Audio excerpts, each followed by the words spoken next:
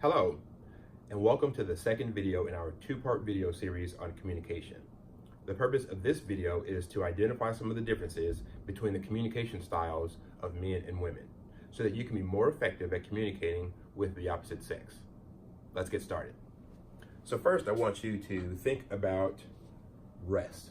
When a man is resting, when a woman is resting. Resting brain is when there is no active thought to be processed. Your average male brain is going to be about 25% active when at rest. This is going to keep your eyes blinking. This is going to keep your heart pumping. This is going to keep your lungs expanding with oxygen. Your average female brain when resting is about 85% active. Consider this difference here. The brain is incredibly expensive as it pertains to energy consumption. Men can sit and think about nothing, and it's absolutely wonderful. Women are generally mentally exhausted because of the constant cycle of the brain's processing. This is why usually in a relationship, women will tend to take more naps than men because of mental exhaustion. Next, I want you to think about what happens once communication starts. The average male brain goes into task mission mode. What needs to be done? Who needs to do it? How does it need to be done? How quickly and efficiently can we get this thing done? Let's go. The average female brain wants to connect. How do we feel about this thing that we're experiencing? We have something that happened, but now one of us feels a certain way about this. And now that we feel, we can talk about this feeling and connect. Consider this. Two men speaking on the phone. About how long do you expect that phone call to last? Maybe a couple of minutes, 5. A really long conversation between two men may take 10 minutes. Two women who are going to have a conversation over the phone, how long will that conversation last? Probably a lot longer than 10 minutes. And it's not a better or worse. It's not a matter of which needs to change to try to be more like the other. Men want to identify what needs to be said. How quickly and efficiently can we say what needs to be said?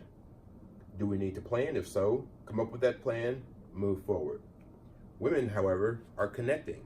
There is no finish line to connecting. There is no being done with it. In fact, the more we connect with someone, the more we want to continue connecting with them. That's why phone calls with women generally tend to last a bit longer. If you were to approach a group of men who are speaking, you're probably going to have one man speaking as if he's giving a report to the others. And you'll usually have the rest of them listening unless one of them wants to challenge the speaker. The challenges usually come in the types of conversations where we're discussing whose sports team is the best, what's the best way to get somewhere, etc. When you approach a group of women, you'll usually have more than one of them speaking, and the purpose isn't to give an impersonal report of anything, it's to establish some rapport. The more they continue to speak together, the more they build connection. Kind of like a mini community they're building within their communication. And the more they speak together, the more they feel positive about continuing to communicate within their group. When you speak to a man, you tell him about something. At the end, he'll often give some form of advice. Men speaking with men, that's probably quite okay. Tip: men, when speaking with women, don't give advice unless it is asked for. Unsolicited advice is very seldom welcome. Even though you may know the answer to the problem, understand, men, that the communication is more about connection than it is about problem solving.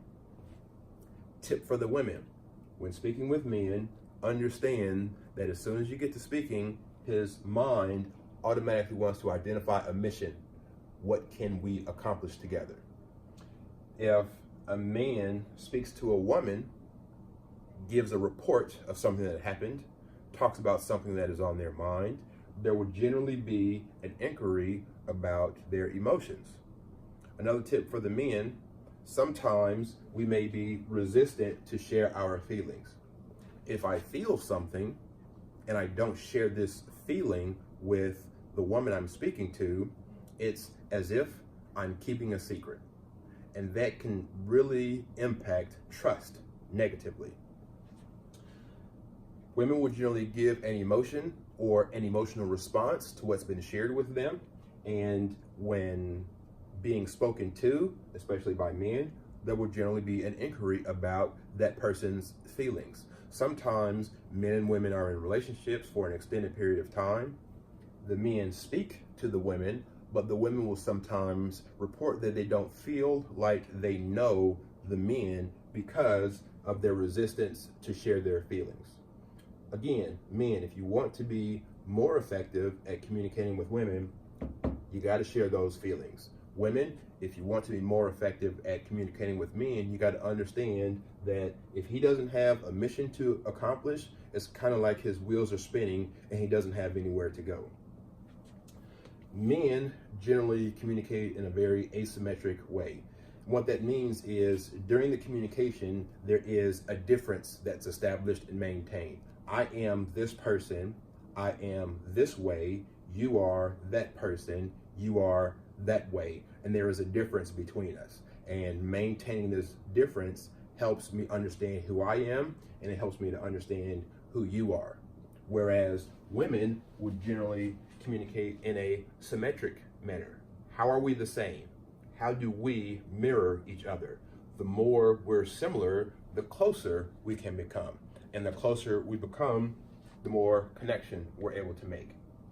If I understand these simple differences between men and women, whether it's someone I'm in an intimate relationship with or a coworker, the more effective I can be at communicating with that opposite sex. It'll take practice, recognizing these differences, and making space to respect these differences.